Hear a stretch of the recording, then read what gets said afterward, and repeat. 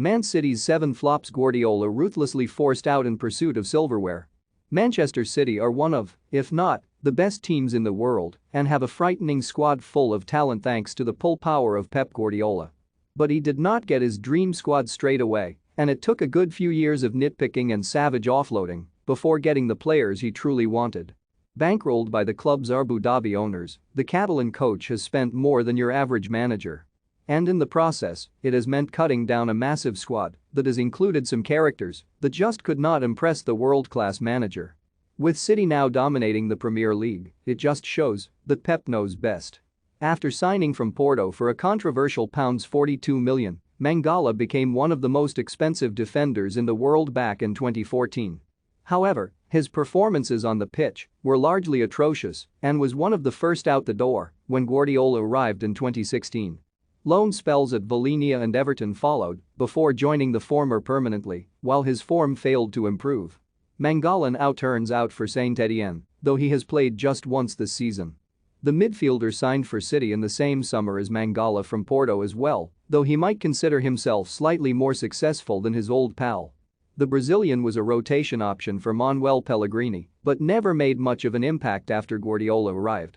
Fernando was out the door after 1 year when he moved to Galatasaray before moving to Sevilla, where he remains. After performing brilliantly at Swansea, City decided to snap up the Ivorian, where his impact was not so good. It was no surprise at all when Guardiola put Bony up for sale within weeks of arriving.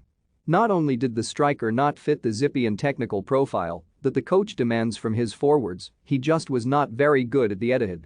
Loans to Stoke and Swansea followed, and he now finds himself in the Netherlands with NEC Nijmegen. Less than a week after stating he would stay at Aston Villa, Delph reneged on his promise to sign for City for £8 million in 2015. It might be safe to say that his best years were at Villa Park after failing to become anything more than a bit-part player at the Etihad. Unlike the others on this list, though, Guardiola found his uses for the midfielder by playing him at left-back amid an injury crisis, and he stayed until 2019 before leaving for Everton. Danilo might have one of the most impressive CVs in football with barely the talent to warrant it after playing for Porto, Real Madrid, City, and Juventus. The defender was actually signed by Guardiola in 2017 before he realized his mistake and offloaded him 2 years later. Despite putting in a poor showing during his time in the Premier League, Juve forked out €37 million for his services. If that was not bad enough, they also chucked Joao Cancelo in as part of the deal. No regrets. Back in the heydays, where City would snap up Arsenal players on a regular basis, Cliché moved to the Etihad in 2011 for around £7 million when Roberto Mancini was in charge. To his credit, the Frenchman was a fine servant during his 6 years at the club. However, the left-back departed just a year after Guardiola's arrival as manager, when his contract expired despite the fact that there was a lack of options in that position.